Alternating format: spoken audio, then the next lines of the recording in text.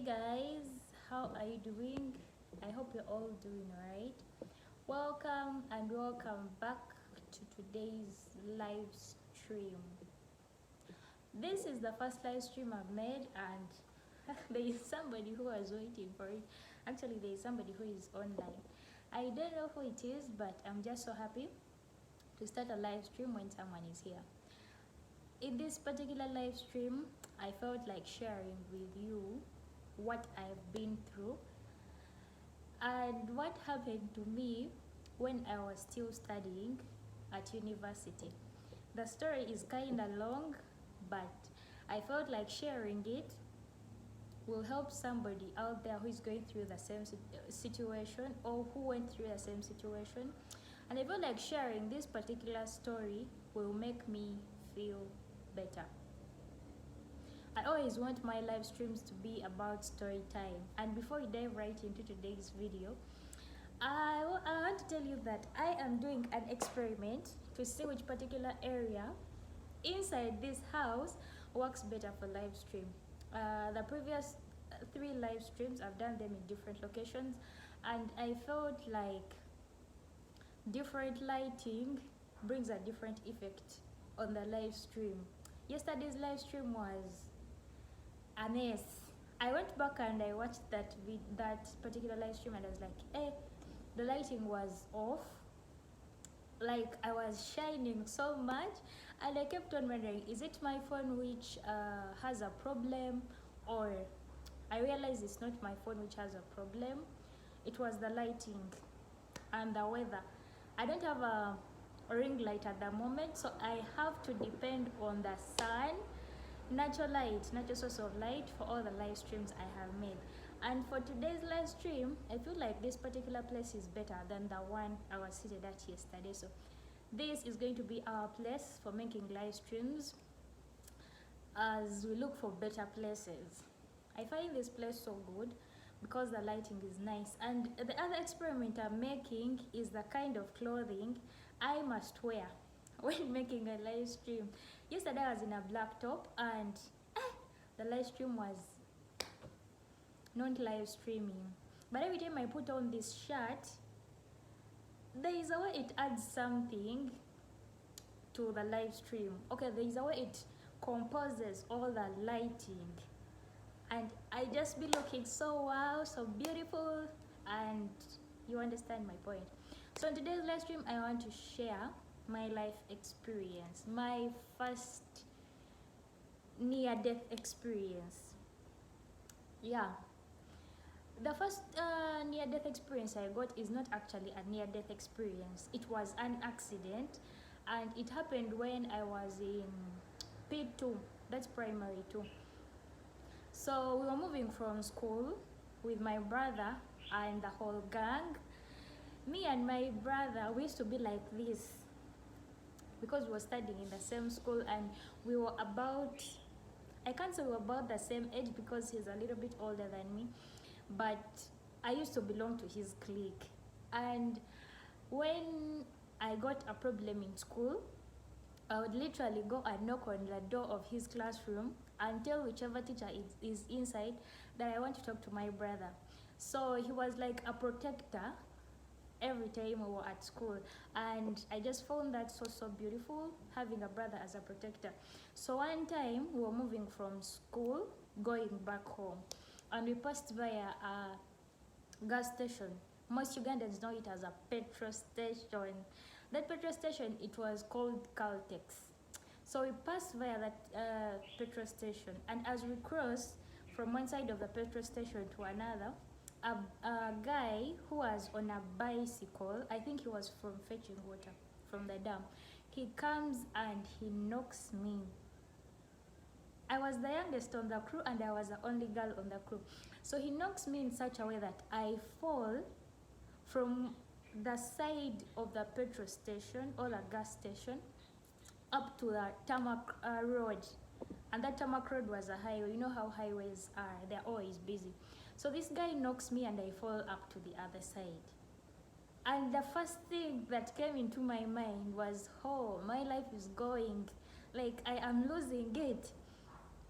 And My bros got me from there, and they gave the guy a share of insults.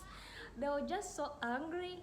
And I think the reason as to why they were angry at this particular person, it's basically because they did not take care of me the way they were supposed to take care of me, because I was the only female on the gang and they were supposed to take care of me. That was, I don't basically call that a near-death experience, because it was more of an accident. I didn't see it coming, and I think the guy who knocked me also didn't see that coming. But the real first near-death experience I got was when I was still at university, Makerere University. And the story started like this. I joined campus as a freshman in 2019. And you know how freshmen be.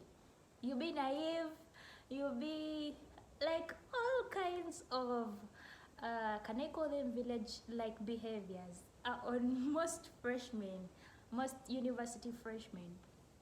So I go to campus. Me on my side, I wasn't naive because I wasn't expecting anything. The kind of person who likes to go with the flow, especially when I'm in new places. I just feel like, okay, let's see how this goes. You get. So I joined campus as a freshman, and during that time, I did not know anybody at the university. No, not at the university, like in the particular course that I was supposed to study. Because from my high school, that particular year, class of 2018, I was the only one who joined university in my cohort of fisheries. I hope you get what I mean. So I go to campus. First day at campus, I get a hostel. I even remember that day, my mom and my bro escorted me to campus because they wanted to see where I'll be staying, and you understand, caring parents and a caring sibling. I reach campus. I don't know how I'm going to cope with life.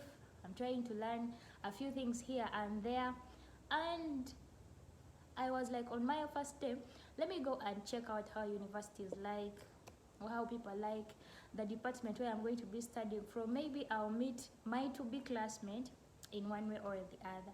So I leave hostel, I go to campus. I meet two people that day, and I was like, hey, what, we share contacts and stuff like that. I go back to campus, I go back to hostel. Then that particular evening,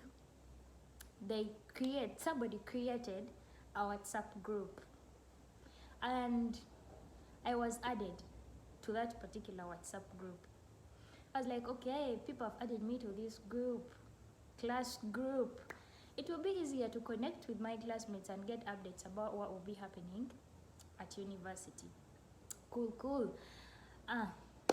Munange, nga campus life starts like that. So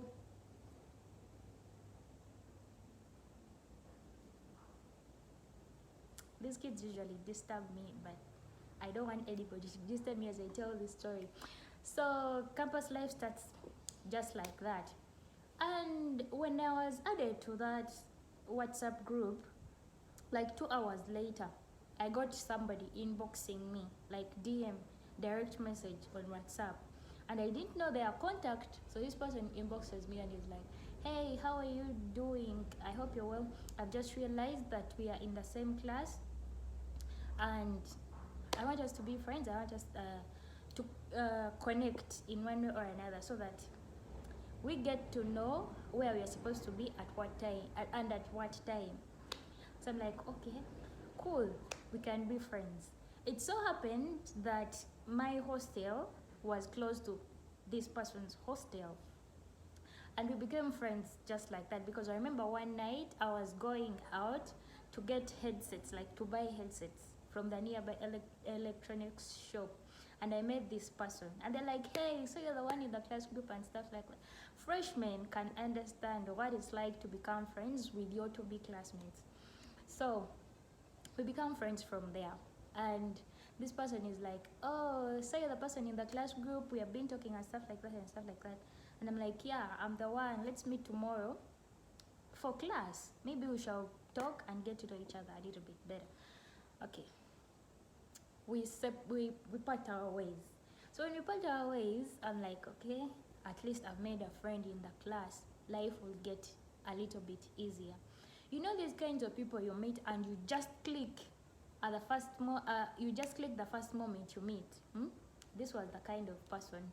So we used to talk about life. We used to talk about different things, and he introduced me to some of his friends. So my friend zone increased at campus, and this person was an extrovert, of which on my side I'm an introvert. I rarely start conversations.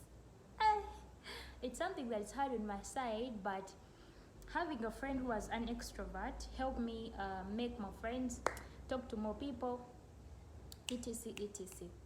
So on besides being an introvert, I am a Scorpio. Like, to top it up, I am a Scorpio. And opening up about what I've been through or what my life has been like is a challenge. But I'm very good at listening to what somebody's life has been like. And you could be wondering, why are you sharing this particular story at this point in time? This story happened some nice years back. So I felt like sharing it now is just the best time, because I've healed from this particular situation, and if somebody relates to this, maybe it can also give them courage to open up. So we study campus, year one goes down, we are good friends. This kind of person was the type that would tell me everything that was going on in their life. And if there is any classmate of mine watching this live, they already know who this person is. And I'm not creating this live to offend this person, but I'm telling my story. Yeah, so this we were very good friends, and this was the kind of person who used to tell me everything that was happening in their life. And every time they had a problem, I would chip in. I'm like, oh, my friend has a problem, I have to help. You help here, you help there, you help there, you give advice here and there. And the first time I felt like I'm being compromised was this person I got a problem, and I felt like I should share it with this person. And the moment I opened up, this person was like, eh. Like, the first time I opened up to them, they're like, eh.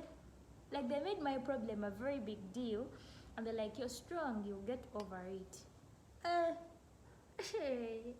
So in my mind, I was like, I've been there for you when I felt like you needed help, and when my turn comes, when I need help here and there, you feel like my situation is so big for you. Which kind of friend are you? So that's what was happening. It's not like I was feeling entitled to them helping me. I've grown up figuring out things on my own. It was like, if you're not willing to help me, that's also cool. We can go. I can go on with life, and I can figure this thing out still. So that was the kind of friend I had. Now, the real gist of the story started like this. The other part I was giving you was just an intro to the whole gist of my first near-death experience. So sometime at campus, we used to have lectures that would end at 7 p.m. So those lectures, which used to end at 7 p.m., were at a burden on my side, because I was the kind of person who used to leave campus in the morning. No, who used to leave hostel in the morning, like at 8 a.m., pack everything I'll need for the day, knowing that I will go back to hostel at 4 or 5 when all the lectures for the day are done. I used to love spending some time at campus because it would help me get people to discuss with. It would also help me read my books here and there. So I get to campus, and that particular day we had lectures which used to end like at 7. That particular lecture, molecular biology in quotes, it used to end at 7 p.m. It used to start like at 3, was it 3, and end at 7? It was long, because that particular course unit had very many CUs. We used to call them CUs at campus. I'm like, okay, I was sitting for the lecture. That particular day I didn't even have lunch. I was hungry and angry. You know, when you're seated in a lecture room and you're very hungry, you basically don't understand even what the lecturer is saying. So that's what was happening.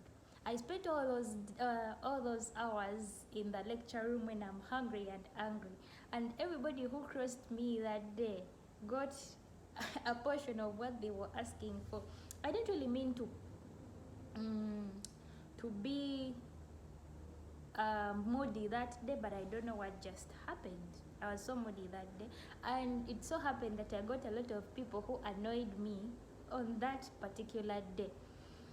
So we study the things we studied that day. They were very, very hard. I go back to hostel, like I walk back to hostel, and I'm like, okay, I've really had a rough day. Maybe let me go back to hostel and I rest. So I was climbing the stairs of the hostel. I was having earphones. I was listening to music while I was climbing the stairs of the hostel. And this particular person was sloping down. But I didn't even notice that this person was sloping down, because as I was climbing, I was facing down, like head down, and then I was climbing while listening to music, and this person bypassed me. And they didn't say anything. So I also went up to my room. So I reach my room and I enter. And the moment I enter, somebody knocks on my door. And I'm like, hey, who is knocking on my door that didn't make even an appointment? So this person knocks on my door and I'm like, okay, I really had a bad day, but let us see what this person has got to say. So the person knocks. I open. And I'm like, okay, come in. The person enters. So when the person enters, we talk. We start talking. And when we start talking, I tell this person, I have really had a bad day. I'm hungry, I'm angry, I'm moody, and all that. Kindly say whatever you have to say and let me have a break, or let me rest, because I've really had a long day and it was a bad one. This person is like, they first keep quiet after I tell them that. Then it's like, I think they wanted to provoke me. The person goes ahead to insult me. You guys, I don't know where this friend of mine got the audacity, but this person goes ahead to insult me in my own room, in a room he does not even pay for. I was like, okay, it seems like you have a lot to say today, simply because I have told you to say whatever you have to say and leave this room. You feel like you should insult me because today I'm not in moods of listening to whatever you have to say. The person insults me. The person goes ahead to tell me how I mean nothing. Like, how can I say it? I think I should say it in Luganda, then I translate for you guys in English. The person was like, you are nothing. The person was like, you are nothing and you think you are something. That's how they said that particular statement. I don't know why I failed to even forget it. So I tell this person, you think I am nothing, but to my family, I am something. So if that's all you had to say, please do me a favor. Just say whatever you have to say and you leave this place. I've already had a bad day.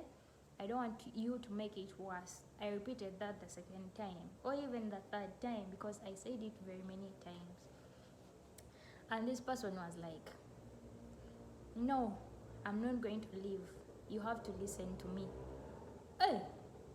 I was like, in my mind I was like, simply because I have been listening to all your problems from day one, does that mean that this particular day when I am not in my right mind to listen to whatever you have to say, when I don't have the patience to listen to your side of the story, You feel like now I am the bad guy because I'm not listening to you at the moment. And the guy was like, you have to listen to me. Oh, in my mind I was like, you previously had the audacity to insult me in my own room. Now you have the audacity of telling me that I must listen to you. You don't know the anger I was feeling at that particular point in time. But I was like, okay, this guy is going low. I'm going to go a little bit lower. I try to be patient. So I'm like, since you have a lot to say, let me just chill. You say whatever you have to say as I iron my clothes. So I pick a flat iron, I put it inside a socket, and I start ironing my clothes. So as I'm ironing my clothes, placing them in the wardrobe, it's not actually a wardrobe, it was a closet. So I iron my clothes while placing them in the closet. As I wait for him to say whatever he has to say, I was trying to calm myself down, despite the fact that I had a long day. The guy comes and switches off the socket where the flat iron was connected. The moment he switched it off, he was like, "You're badly behaved, you're bad mannered. I'm trying to talk to you and you're not listening to me." I told him once again, I am listening to you while I'm ironing these clothes. Say whatever you have to say, and after you're done saying whatever you have to say, move out, because I'm not in the right state of mind to listen to whatever you have to say. Or I'm not in the right state of mind to be patient enough to give you good advice at this point in time. The guy goes ahead and is like, do you even know where I've come from to come and see you? Do you even know how much I've invested in to come and get some advice from you and stuff like that? I'm like, I've had a long day. I repeat that the other time. So he switches off the socket. When he switches off the socket, I'm like, kamanyironda wakakuze. By kamanyironda wakakuze, I mean now your disrespect has gone on another level. You could maybe treat me that way when you're paying for where I am staying, or when you're paying the meals I am having, or when you're paying my tuition. But you're not doing any of those things, and you have the audacity to disrespect me in my own room. I try to calm down. I'm like, okay, let me see how this is going to go. He switches off. I'm like, okay. I reached an extent of being so angry. I've never been that angry in my life. I felt like the anger was here on top of my forehead. Like I felt like my whole forehead was on fire. I felt like my whole head was on fire because I was very angry. And I get my phone, I get my earphones. I'm like, okay, since you want to stay in this room, let me leave you. Let me move out. When I have calmed down and I am in the right state of mind to talk to you or to listen to whatever you have to say, then that's when I'll come back and I talk to you. So I stand up.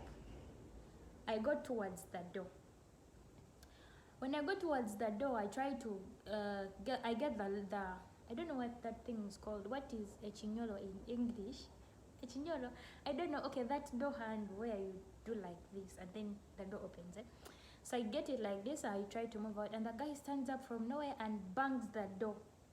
I had left the key inside that particular thing that opens like this. Is it called the door handle? So I had left the key inside there, and the guy is like, turns the key and locks the door. We both remain inside. And it's like, you're not going to go anywhere until you listen to me. I was so angry. I don't know what came over me. I punched this guy and he fell the other side. I was so angry. I have never been that angry in my life. Like the day I was angry at that particular point in time, I was like, okay, you're provoking me, you're provoking to see that demon in me. Now let me give you what you deserve. So I punched the guy, and the guy falls the other side. So when he falls the other side, he stands up. I think he was like, oh, so you can fight. So the guy stands up when he is so angry. When he stood up, he grabbed me by the neck. Like, let me even take a moment of silence, because I would have lost my life that day. You know, when this whole situation was happening, I felt like I am the most angry person in the whole world that day. I felt like I'm the one who has had the baddest day in the whole world that particular day. But when this guy grabbed me by the neck and started strangling me, I was like, what on earth is not happening? So when he grabbed me by the neck like this, trying to strangle me, I was fighting, literally fighting for my life. I was like, okay, now you're trying to strangle me. How am I going to even save myself? He kept on pushing against my neck like this. And I got hold of one of his arms and I beat him, like in this particular area. Like, are these two things called veins or what? But I beat him right here. And then he started bleeding from that particular area. So when he started bleeding, he let go of my neck. So when he let go of my neck, he got his hand, and he was like, do you see the scar I have here? He had some particular scar next to this place. Then he was like, do you see the scar I have here? And I'm like, now why are you telling me about your scars when you provoked me to beat you up? And he was like, when I was young, something happened to me here, and I got this particular scar. Do you even know what happened to me when I was young? Then in my mind I was like, how does that even concern you? How does that even concern the fact that you have been strangling me? And just because I beat your arm to help myself, to save myself from being killed by you, you think your arm is now more important than the strangling you have caused me and all the trauma I have to deal with because of you. So the guy is like, okay, since you have beaten my arm, I'm going to cause the same thing to you. When he first let go of my neck, I was like, okay, now this is serious. Despite the fact that I'm angry, I might lose my life in this stupid fight. I try to calm down. So when I try to calm down, I'm like, okay, let me let him do whatever he wants to do. When he's done, maybe he will leave. I calm myself down. I'm like, okay, I'm not putting up a fight anymore, because when he got me by the neck, I saw my life trying to disappear within thin air. And if I had not beat his arm, I think I would have died that particular day. So guy is like, since you have caused me a wound here, I'm also going to cause you a wound on your arm. I was like, oh, cool.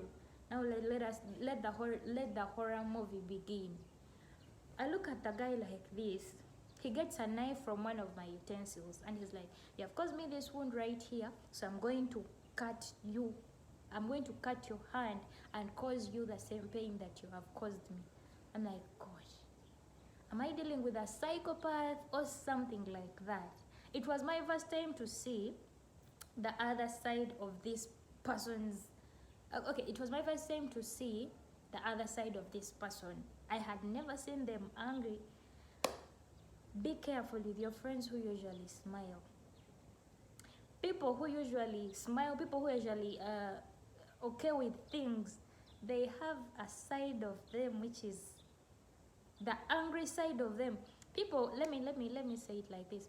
People who laugh hard, people who smile a lot, people who are so free, like you find this person so free, this person is so cool, this person is so good.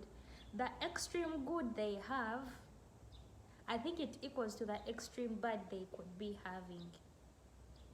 Because this person who is always happy, is always jolly, they have the other extreme side, the angry side which you don't know about. And the day you get to know about it, that's the day you'll be like, do I even know this kind of person? Like, we've been friends for a long time, but I didn't even know who this kind of person was. So he grabs the knife and then he grabs my hand and he's like, Leta wanaka konoko. He said that the way I've said it. That particular phrase means bring here your hand, like your small hand, bring it here. So he grabs my hand. May had already seized fire because I knew if I go on if I go on showing this person that I am also angry, I might lose my life. He's a guy and he had more energy than me, so one of us could lose a life in one way or another. So he grabs a knife and he puts it close to my arm and he's like, I'm going to cut you the same way I've beaten my arm. My heart was pumping, almost leaving my chest, and I'm like, okay, I think I can get through this one. So he tries to cut my hand, and as he was bringing the knife, I pull away the hand like this. Then he looked at me and he laughed and he was like, oh, so when you were biting my arm simply because I was holding your neck, you weren't thinking about the pain I was going through when you bit my arm? Now why is it that when I want to cut you with a knife, you're removing your arm? I looked at the guy once again. It was my first time to see the devil having horns on somebody's face. That was my first time. It's not like I saw the devil, but my mind was telling me this is him. Like you see somebody, but you see another face in somebody. I don't know if I've put it right. The person is still there the way they are, but you see another face with horns. That was my first time to see somebody like that, in that bad style. So he puts down the knife and he's like, no, I'm not going to first cut you with a knife. He grabs the flat iron that I was using to iron my clothes. He switches on the socket. When he switches on the socket, he waits for the flat iron to get hot. So when the flat iron got hot, he picked it up and he was like, bring your hand here. He grabbed my hand. Meanwhile, in all that struggle, I had already made noise and I had told him to leave me alone. But I don't know. My neighbors didn't even come to know what was happening. I guess they thought it's these normal petty fights that most campuses have. So he got the flat iron. I was like, okay, now let me keep quiet and see what this person is going to do. He brought it close to my arm like saws, and he was like, the knife might not work very well, so I'm going to burn your hand so that you learn a lesson, not to fight people who are more energetic than you. In my mind, I was like, you want to burn my arm? Burn my arm, provided you give me my keys and you leave this room. When he banged the door to close it, he removed the key and put it in his bag. So I was like, you burn my arm, provided you give me my keys and you do me one favor of leaving this room. So when I told him that, he was like, oh, so you're trying to act brave. He got the flat iron and he did like this, and then he touched the flat iron like this to ensure that the flat iron is hot. I don't know whether he was trying to traumatize me in one way or another, but that's what he did. Then he got it again and he did like this on the flat iron. I was like, okay, do whatever you want to do, provided you give me my keys and you leave this room. And the guy kept on feeling like, yo, I have to win this fight. I seized fire once more. He grabbed my hand like this and he tried to put the flat iron on my hand. Like he was bringing it like this. The flat iron was hot. It was just from electricity. That flat iron was still hot. He put it on. He brought it close like this. So when he brought it close, I tried to move away my hand, and the guy was like, "Hey." So you also feel pain. You're feeling the heat that's coming from this flat iron. So when I was trying to pull away my hand like this, my elbow beat his neck. So I was doing like this, and unfortunately, I hit his side, like he's almost here. Like I did like this when I was trying to pull my hand, and the guy was like, okay, now you want to also kill me.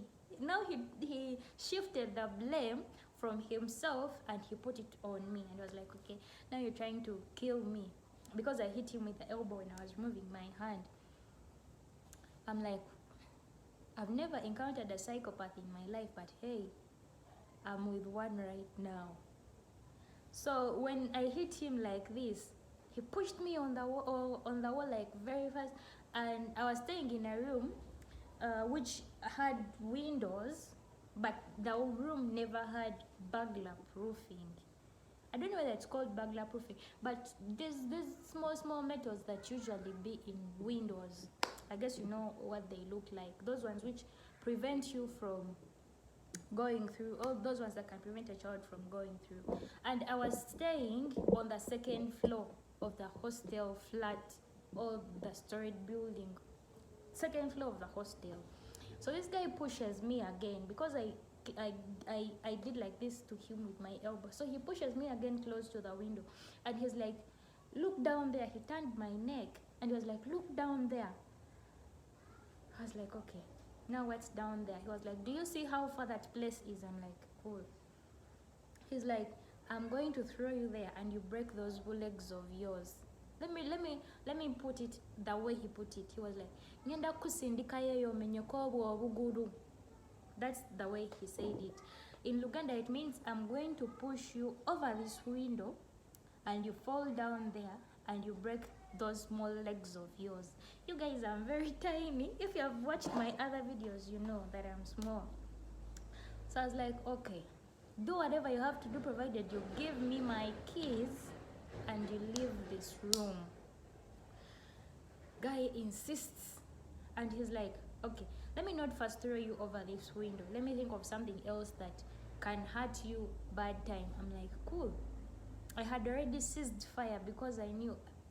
In my mind, I was like, now you're not interacting with a friend you always know. You are interacting with a psychopath. And for a psychopath, if you add firewood to the fire that they have started, then you're going to get it rough. So I'm like, fine. When he leaves me like this to go think of whatever plan he wanted to think of, I grab my phone and I text my bro. I told him there is somebody in my room who wants to kill me. But if in case anything happens to me, at least I have told you there's somebody in my room who wants to kill me. So when I'm done sending the message, he was like, so you're telling people that you're telling people what has happened, and I know and I'm very sure you're not going to tell them that you punched me. So I'm like, I look at him like this. I usually have a first aid kit in my room because my mom is a medic. Every time I used to go to campus, she used to give me medicine to help sail me through the whole semester, because it is literally so hard to go to the clinics every time here and there. So she was like, I'm giving you this just in case you don't have money to do your hospital bills. This can help you as emergency. So in that particular aid kit, I had paracetamol. I had different kinds of medicine in there, and he was like, you have bitten my arm, I'm feeling lots of pain, give me some paracetamol. Oh, I was like, okay, you are shifting the whole blame on me right now when I gave you several warnings to leave this room. Now you feel like I should give you paracetamol to heal your wound.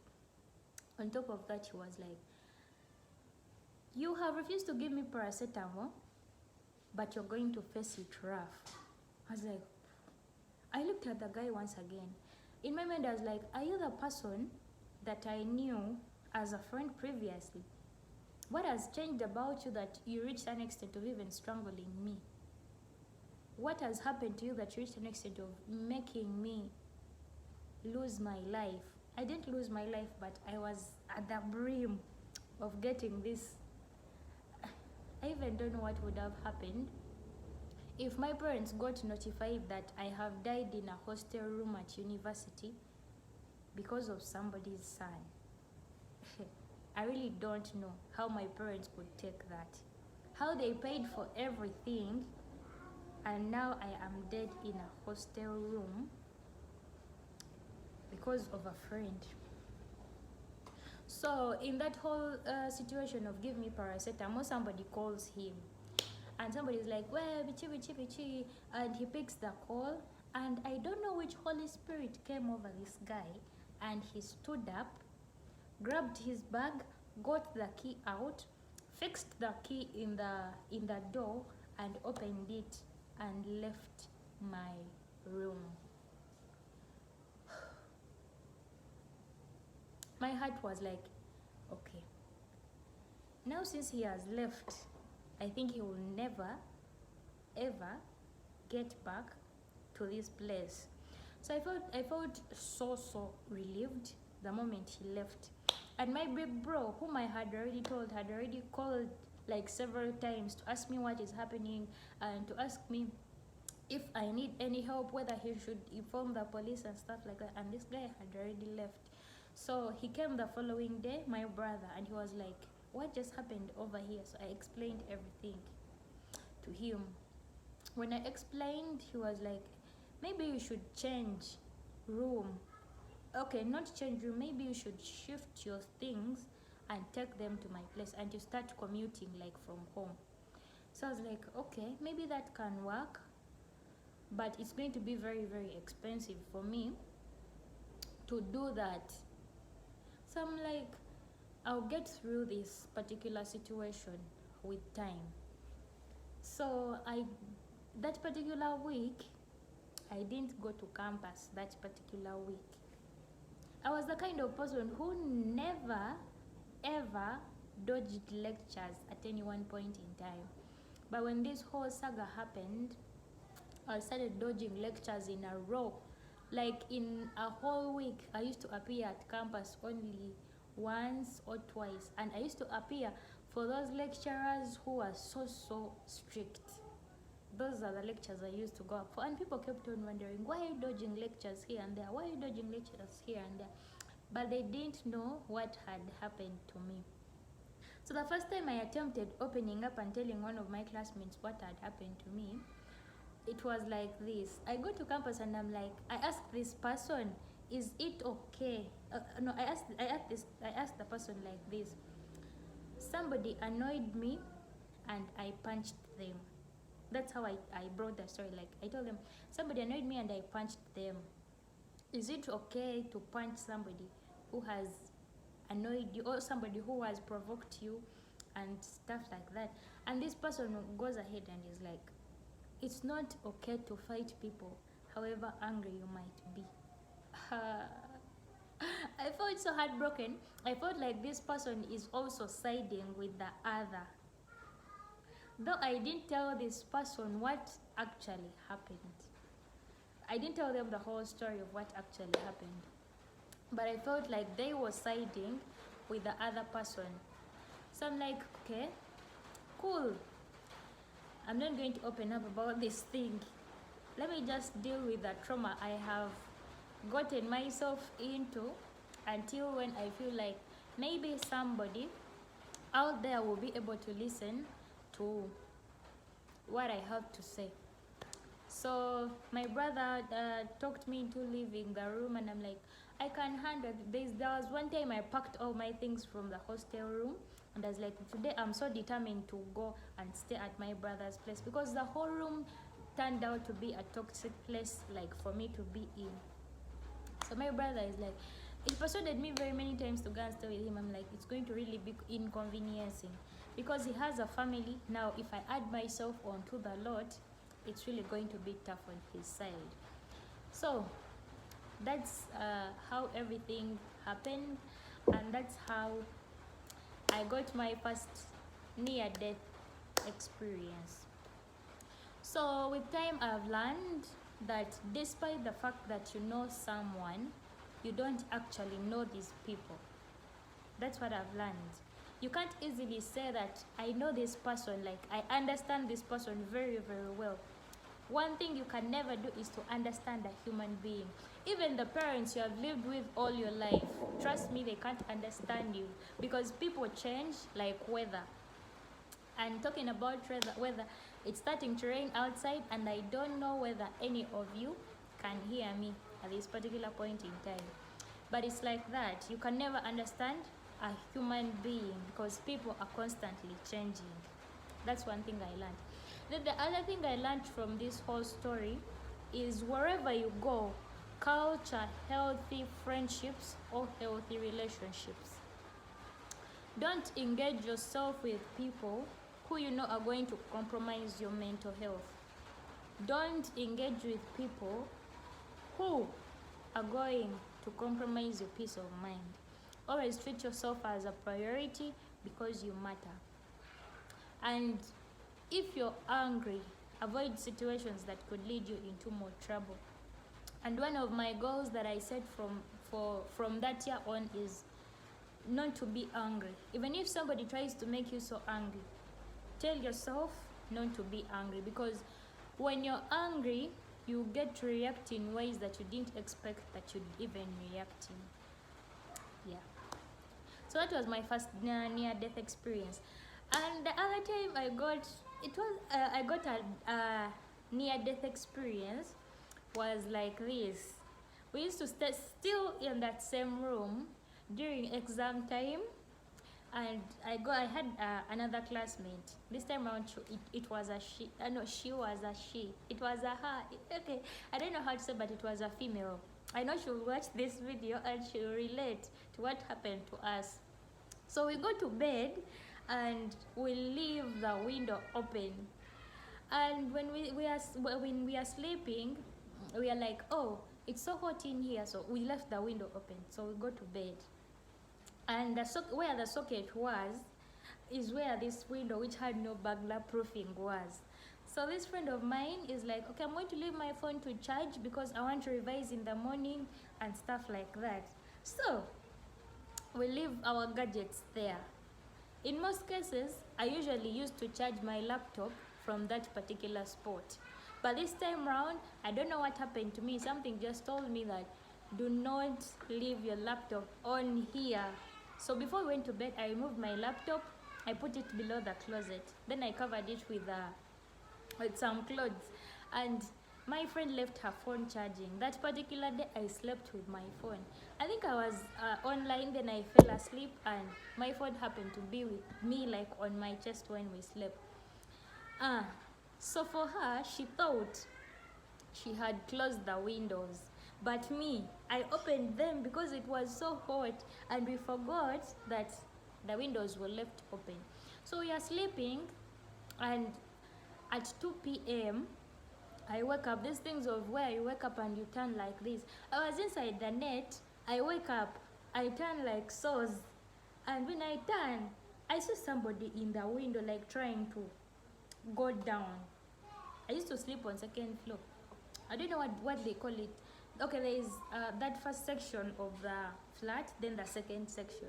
Okay, it's not called second floor. I think it's what they call first floor, then ground floor. Things are confusing. I don't know why they say ground floor, then first floor. Okay, first floor. And the guy was going down the window like this. So I woke up and I'm like, oh, it was like I was in between a nightmare. It was like it was more of like I was maybe waking up from a nightmare. So when I wake up, I'm like, I see somebody in the window trying to go down. When I wake up, I do the curtain very well like this. Then I see the guy going down. I try to grab him by the hands, you guys. I tried to grab him by the hand, and this guy had put a ladder, because this was where the hostel windows were, but the other side was where we used to do our laundry from. Like all the university students used to do their laundry from that side. So this guy had gotten a ladder and placed it on our window, which was open. So when he got hold of my friend's phone, which was on the socket, he was now trying to go down. That's when I turned, when I was sleeping, I turned. Then when I opened my eyes, I was seeing somebody going down. So I get out of my net like this. Because I saw the phone going, he was going down the window, but he was holding a phone. So when I tried to grab his hand like this to pull him back, he got so hold of the phone. So when I saw the phone, I took the attention on the phone, and the guy just let go of himself, but he never let go of the phone. So he got hold of the phone and he fell backwards like this into the other side where the laundry side was. And when he got he let go and fell the other side, I shouted, and my friend woke up. So when my friend woke up, she saw like I was going to fall out of the window, and she grabbed me, and she was like, "Hey, what is happening? Are you dream walking or what?" You know, I was like, "It's like I saw someone who was going through the window and stuff like that." And she was like, I asked her, "Where is my phone? Where is my phone?" That was the first thing I asked her. So my phone, when I looked back on the bed, my phone was there. Then I asked her, "Where is your phone? Where is your phone?" And she was like, "I left it here on the charger, but I cannot see the phone." The guy had already taken the phone. And when he fell and my friend was trying to grab me, I just saw him go past the corner of the hostel, and he was limping. I think he fell bad style, and maybe his leg got twisted and stuff like that. But he went when he was limping. And I was like, "Oh, they have just taken your phone." Like right now, this guy who has been in the window, whom I thought I was dreaming about, has just taken your phone. And my friend was like, "Oh,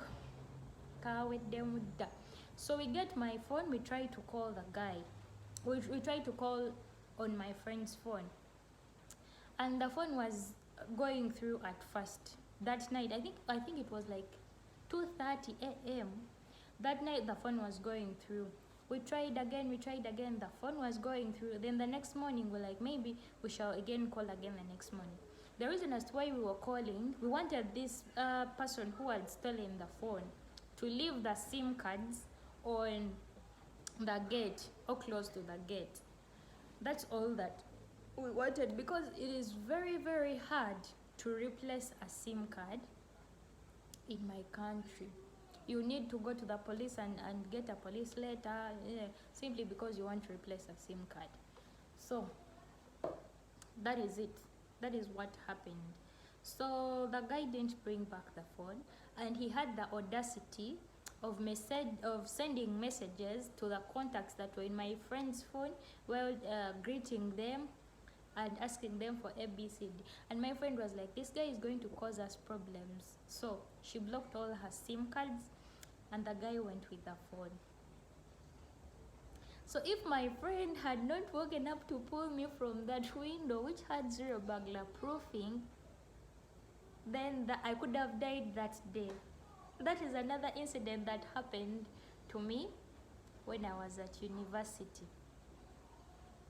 I've faced near-death experiences like thrice,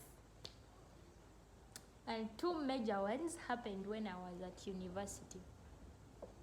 So we started locking our window, like we would pull the window inside, and then we got the extension cable and we tied the extension cable on the window.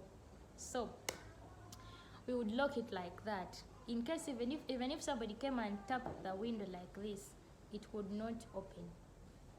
So that's how we overcame that particular problem. Wanji?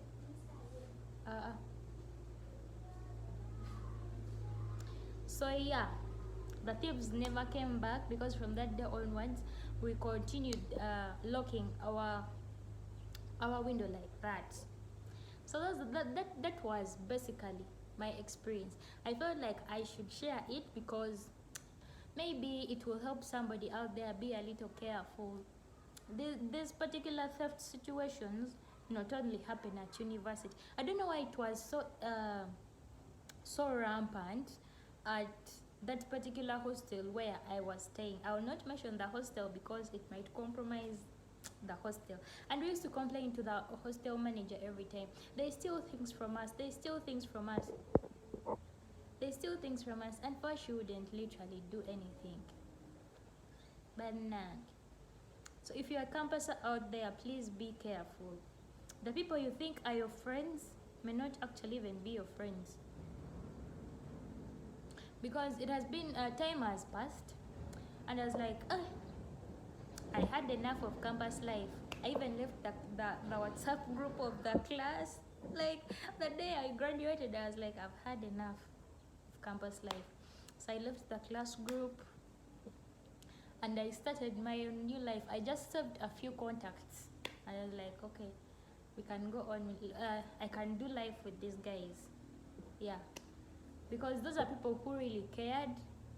Those are people who really got concerned when they saw me missing. Those are people who really. So that whole situation, all these particular death experiences, they have helped me save the kind of friends that I have at this particular point in time.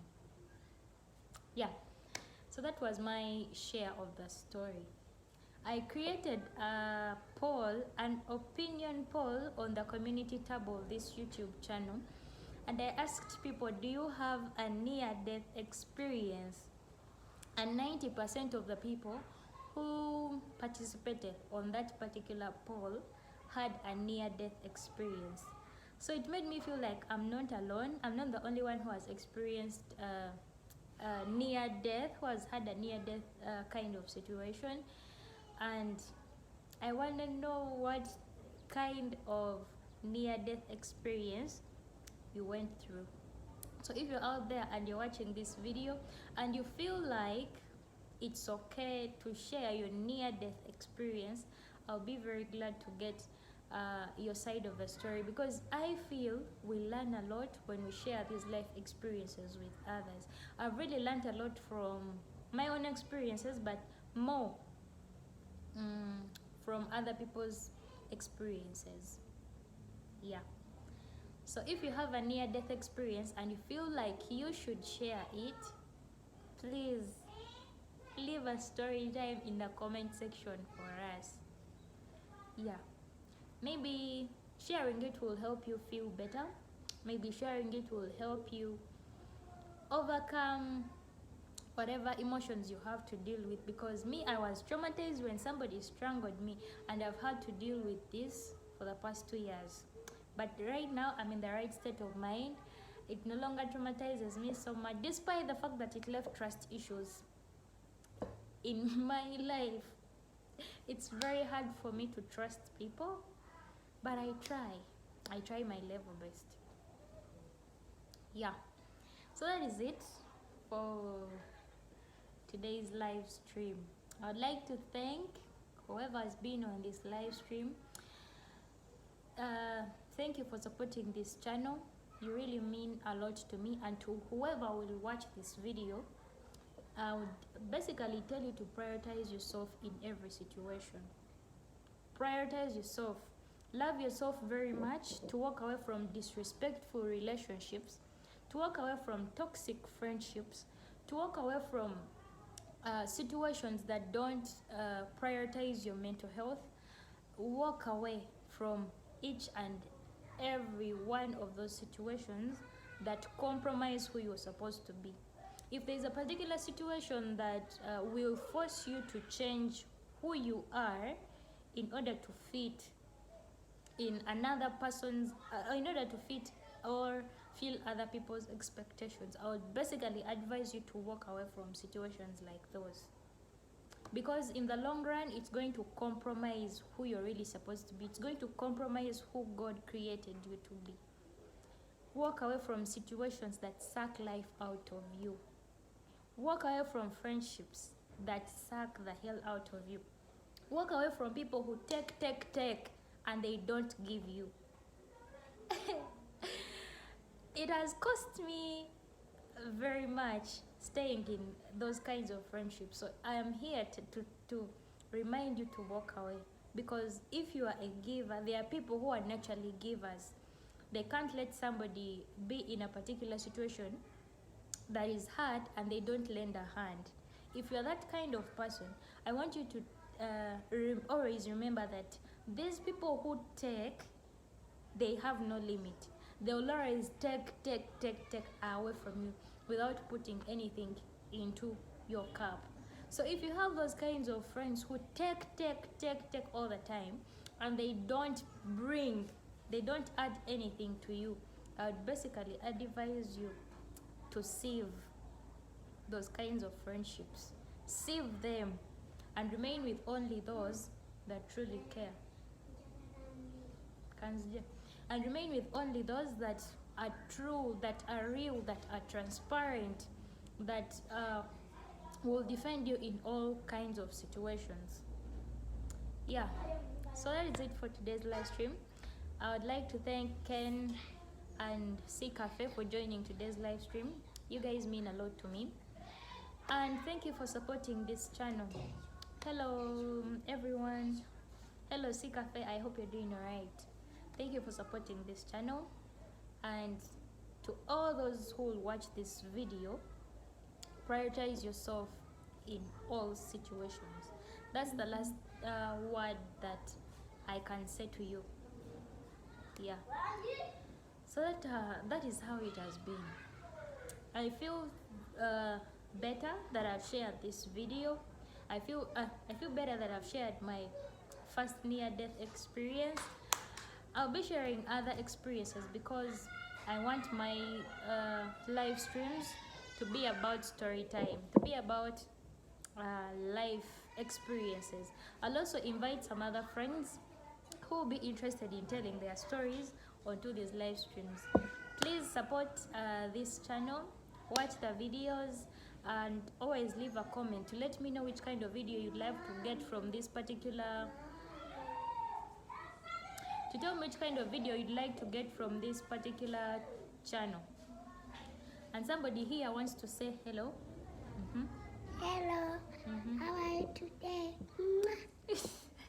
You're done. So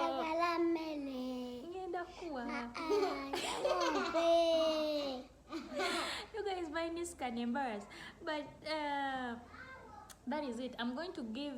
There is something I want to try. I want to see whether she can host a live stream. She's always on here wanting to be in one of the videos in one way or the other, so I'm going to give her a chance to host the next live stream. You tell me how she will do. You give her marks, and I'll based on that to judge whether she can host more live streams or not. Thank you guys for watching. See you in another video. Bye bye. Bye bye bye. Bye bye. Bye bye. Bye Bye bye. I love you so much.